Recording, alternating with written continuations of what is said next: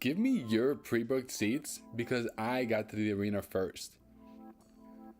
This happened about a year ago, so the conversations aren't exact, but they give the general idea. I live in a country where ice hockey is really small time. Average game attendance is only around 3,000 people.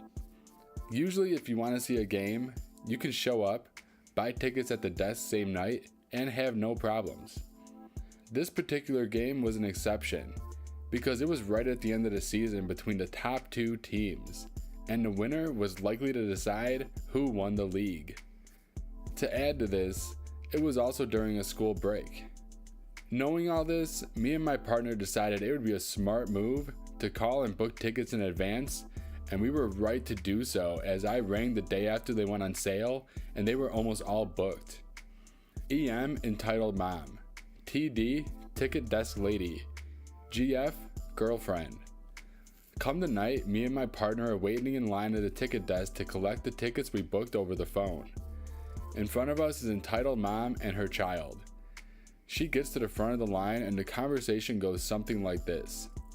EM, 2 please. TD, I'm sorry, but we're all sold out. EM, what? How can you be all sold out?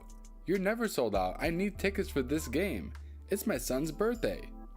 TD, sorry, but there's nothing I can do. This is a popular match and it's first come first serve. There's just no empty seats left at all. This conversation continued for a while. EM in complete disbelief that the game is sold out and demanding that something be done because it's her son's birthday. Eventually, TD had enough and told EM that there's nothing she could do, and the line was getting so long that she would call security if EM didn't leave. EM slammed her hand on the counter, turned around and stormed off. We get to the front and explain that I booked tickets. TD finds them and hands them over. EM must have seen this because as we were walking towards the door, EM was pushing her way back to the front of the line. We stopped and pretended to talk so we could listen to what was going on. EM, you just gave him tickets. You said it was first come first serve. TD, yes, but that couple booked their tickets over the phone. EM, that's not fair. We were here first. They shouldn't be allowed to do that. TD, sorry, but those are the rules. If you book over the phone next time, you can guarantee yourself tickets when you arrive here on game night. EM, I don't care about next time. We need to see this game. Can't you make that couple give us their tickets since they technically cheated the first come first serve rule? TD, absolutely not. It's not cheating anything. Pre-booking is something we always offer. That couple booked and paid for their tickets well in advance, and they rightfully belong to them. Eventually, this conversation settles and EM is walking towards us. EM, excuse me, I don't know if you were told, but this game is actually first come first serve, and I was here before you, so you have to give us those tickets.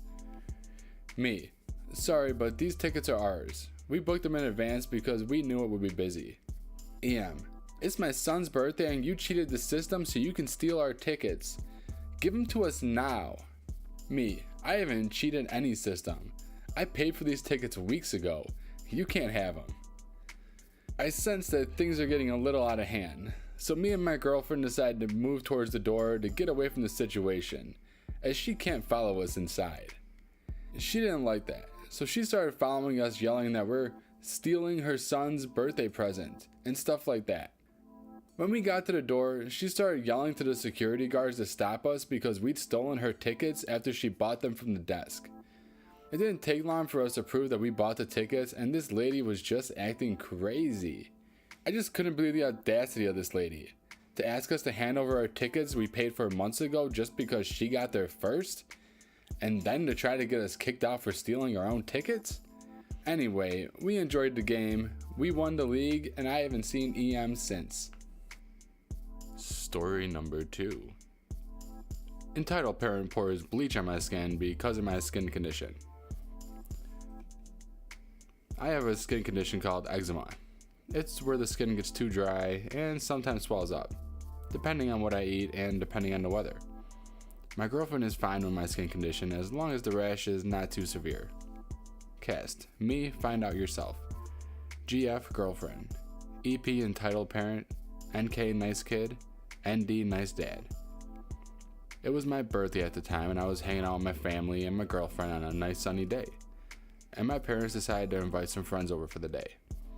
I see my best friend, Nice Dad, and Entitled Parent. I met Entitled Parent a few times, but she hated the fact that I had eczema and expressed it during a conversation. Note that my skin was very sore and very red, so I stayed inside to avoid my skin from being too hot. I told my girlfriend that I was going to stay inside, and she was fine with that, and she gave me company. When my family friends were over at my place, I was worried that Entitled Parent might do something about my skin condition since her husband is a doctor. She's previously tried to pour boiling hot water on my skin. So I went to see if Nice Dad was there, but then Entitled Parent and Nice Kid appeared. I questioned where was Nice Dad, and Entitled Parent said that Nice Dad had some last minute stuff to do. I head outside with Entitled Parent and Nice Kid. Nice Kid, 13 years old, played with my little bro, 12 years old. A Nice Kid asked me why I didn't want to go out. I gave her a valid reason, and she still wanted me to go outside. I went out for about 10 to 15 minutes, then went back in to get some stuff for Nice Kid. This is where things get serious. I called my girlfriend to help me with the stuff for Nice Kid, and told Entitled Parent if she wants to help, she's welcome to. Entitled Parent said that she needed a break because her arms were tired, and I allowed it. But I was wrong. A few minutes later, I took a break because my skin started to hurt a little from stretching my arms. Then Entitled Parent goes downstairs to the mudroom and grabs a bottle. I thought she had gotten a bottle of water, but Entitled Parent happens to grab a bottle of bleach. She comes upstairs, opens the bottle, and purposely pours the bleach on my skin where there were small openings in the skin and where it was red. I was in so much pain that I started to sob. GF, what was that for? He's in so much pain. EP, oh, I thought it could make him better. GF, what made you think pouring bleach on his skin will make him feel better? His skin is burning. At this point, me and my girlfriend were pissed. My girlfriend drove me to the hospital and took me to the ER. After being checked up on by the doctor, my girlfriend called my parents and called the cops too. Once my parents arrived, Entitled Parent, Nice Kid, and Nice Dad arrived too. Nice Dad happens to work at the hospital. Entitled Parent told the cops that she happened to pick the wrong bottle and accidentally pour it on me. At this point, I wanted to beat the heck out of her. Me and my girlfriend told the cops everything that happened, and I said I'd like to press charges. Nice Dad arrives with his coworker and happens to see his wife cuffed up. He questioned why she was cuffed up, and I told the story.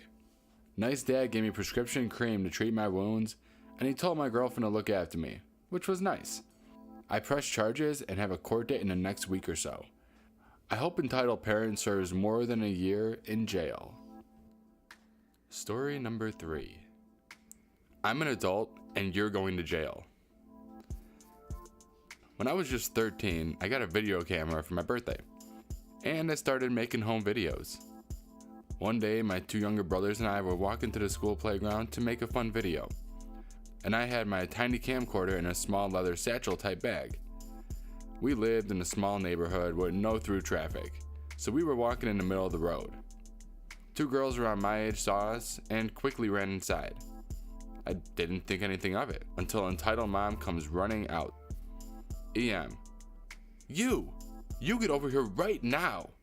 Me, okay. EM runs to me and grabs me by my shirt while I'm walking towards her, yanking at my camera bag like her life depended on it. At this point, I have no idea what she thinks I did. My brothers were maybe 9 and walked over with me. I was very non-confrontational as a kid, and maybe a little too scared of authority, so I just let her rip it off my neck. She then holds it away from her with 2 fingers like it's disgusting or something. EM, where do you live? Me, right down the street. EM, stay right here or else. She runs inside with my bag and comes out a few minutes later on the phone. I calmed down and realized that I shouldn't have let her take my bag. So I told her to go get it and give it back because we're leaving. EM flabbergasted.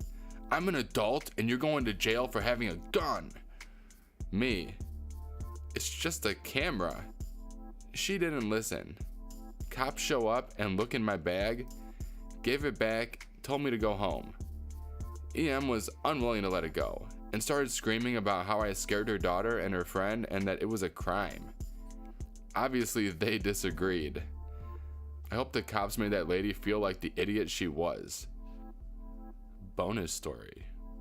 Entitled Mom wanted me to move the date for scout meeting and scout camp. So, a bit of background. I've been a scout leader for about 2 years at the time this happened. With this comes a lot of dealing with parents and, of course, children. This happened about 3 years ago.